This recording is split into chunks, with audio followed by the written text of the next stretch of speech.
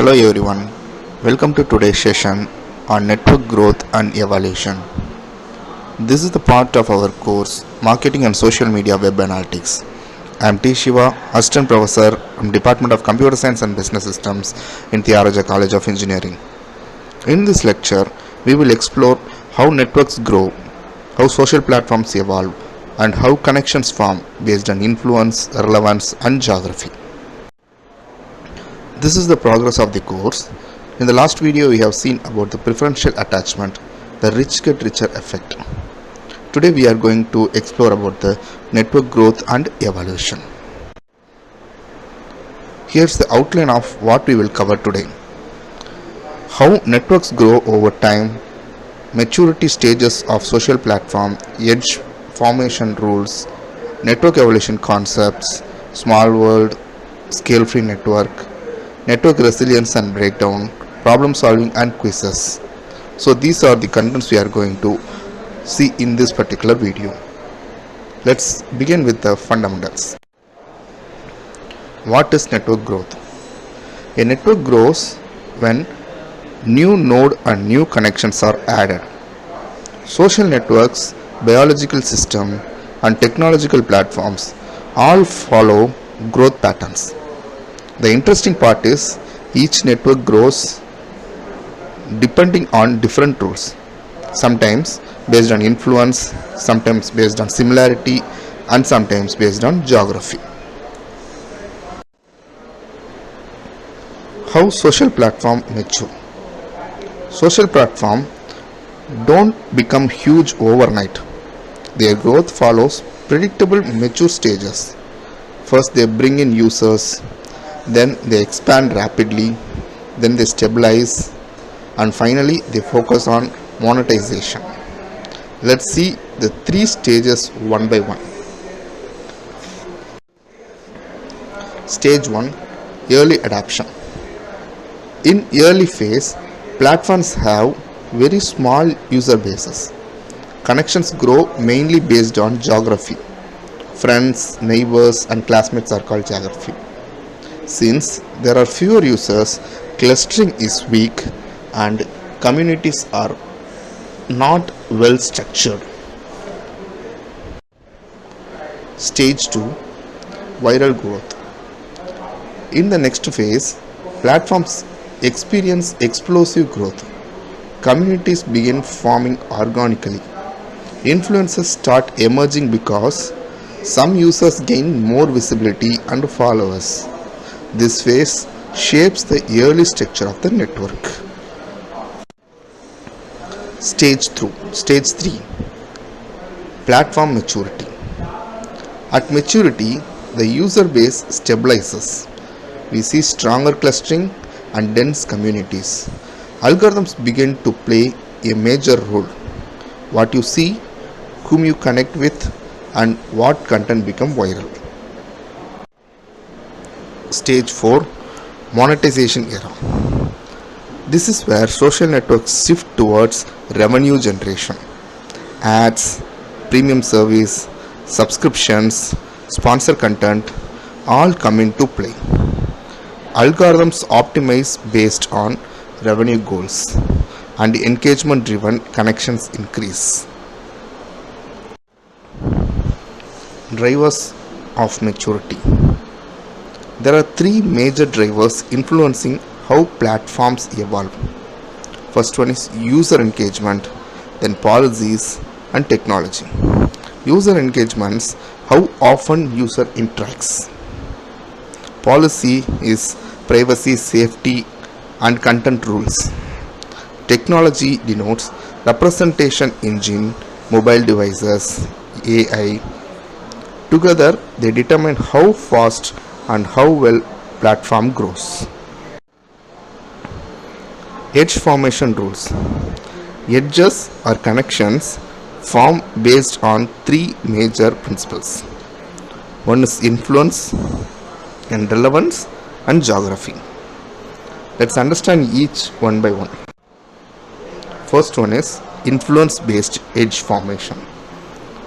Influence based linking is driven by preferential attachment. In simple terms, Nodes that already have many connections are more likely to react even more. This is why influencer become hub. They naturally attract more connections. Influence effect. Preferential attachment creates power law distributions. A few nodes having a high connection while most have few connection. This explains the celebrity effect, that is, the rich get richer. Relevance based edge formation. In relevance based edge formation or in relevance based linking, connections are formed based on content similarity or interests. This is driven by recommendation system. Platforms show contents or profiles similar to what the user engages with. This concept is known as homophily. Similar people connect. Relevance effect. This type of linking strengthens cluster and form topic-based communities. However, it may also create filter bubbles where user keeps seeing only similar options. Geography based edge formation. In early stages of any network, geography plays a huge role. Language, culture, and physical location influence whom users connect with. Apps like WhatsApp originally depend heavily on phone contacts, mostly the local network. Geography effect on networks. When geography dominates, the network becomes regionally clustered. Global connectivity grows slow at first. Eventually, hybrid structures emerge, local clusters connected by global inferences. Network evolution pattern. As networks evolve, we observe higher clustering, shorter path lengths, formation of hubs. These patterns reflect how efficiently information spreads. Scale-free priorities. Scale-free properties. A scale-free network has a few highly connected nodes. These networks are surprisingly robust. Random failures won't break them because hubs holds everything together. Small world phenomenon.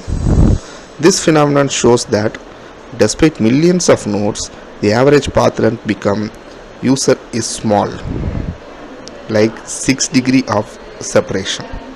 Social networks fit this model very well. Network resilience. Network resilience refers to the network's ability to remain functional even after nodes or connection fails. Scale-free networks are naturally resilient because random nodes failure usually hit low degree nodes.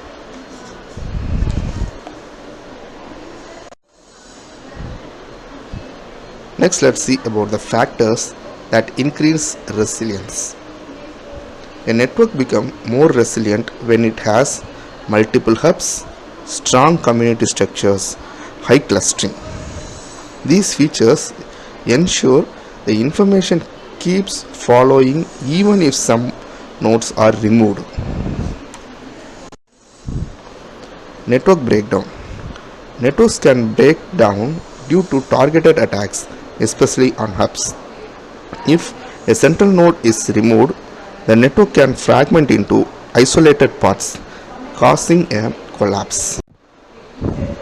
So now let's see about real world breakdown examples. The examples include influencer account deletion causing community disruption, major server outages, government or platform level bans. These events can break down an entire community's chain. Now let us see about a few problems relevant to this particular topic. The question is, if a node has degree 200 and another has 20, who gets the next edge? The answer is, due to preferential attachment, the node with the more connectivity attracts even more. So the node with degree 200 will get the preferential attachment. Next problem. Early networks have regional clusters. What happens when global recommendation kicks in? The algorithm connects user beyond local boundaries. So the cross-region edge increases. What happens if you remove a hub? Hubs hold communities together. Network fragmentation increases. Next one. What happens when the feed becomes relevance based? When the feed becomes relevance based, the users see more similar contents. Homophily and filters bubbles increases. If the user base grows 100x, what happened to clustering? Large network form stronger communities. Clustering increases. So now let us see some quiz questions. I will read each questions, pause for 5 seconds and then reveal the answer. The first question is, what dominates early formation?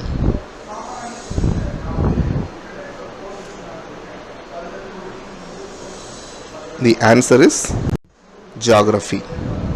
In early stage of any social or communication network, people mostly connect with nearby users, friends, classmates, colleagues, people who share language, culture. So the correct answer is geography. Second question. Preferential attachment is dash.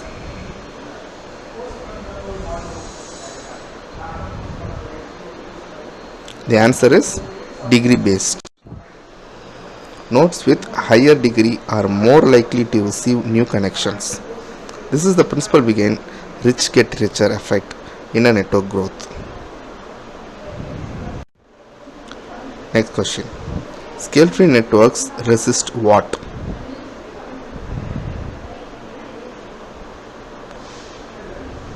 The answer is random failures. In scale-free networks, most nodes have very few connections and only few nodes have very high degree. So, if nodes fail at random, it is very unlikely that a major hub gets removed. Random failure means the network stays connected. Targeted attacks on hubs means the network collapses.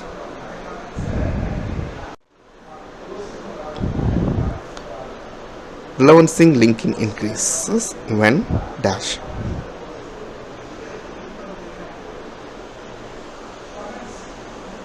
The answer is homophily. When platform recommendation connects are content based on similarity such as interest, topic, behaviors or preference, users tend to connect with others who are like themselves. This leads to strong similarity based communities, more uniform options in each cluster, formation of filter bubbles. So the answer is homophily. Next question. Removing hubs causes dash.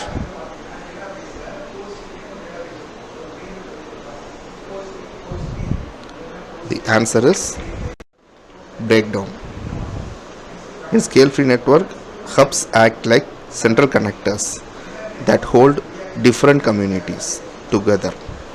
When you remove one of these highly connected hubs, the network fragments, communication path breaks, many nodes become isolated, overall connectivity collapses. This phenomenon is called network breakdown or network fragmentation. So the correct answer is breakdown. So now we have come to the end of this particular video, and let us summarize the concepts we have seen so far. The key points we have seen so far are: social networks evolve in predictable stages. Edges form due to inflation, relevance, or geography. Networks develop scale-free and small word priorities. Hubs holds network together but are vulnerable to targeted removal. This is the progress of our course. In this video, we have discussed about network growth and evolution. We will get a clear picture about the hands-on and network intelligence in the next video. Thank you for attending this lecture. Feel free to reach out if you have any questions or need additional materials. Thank you. Happy learning.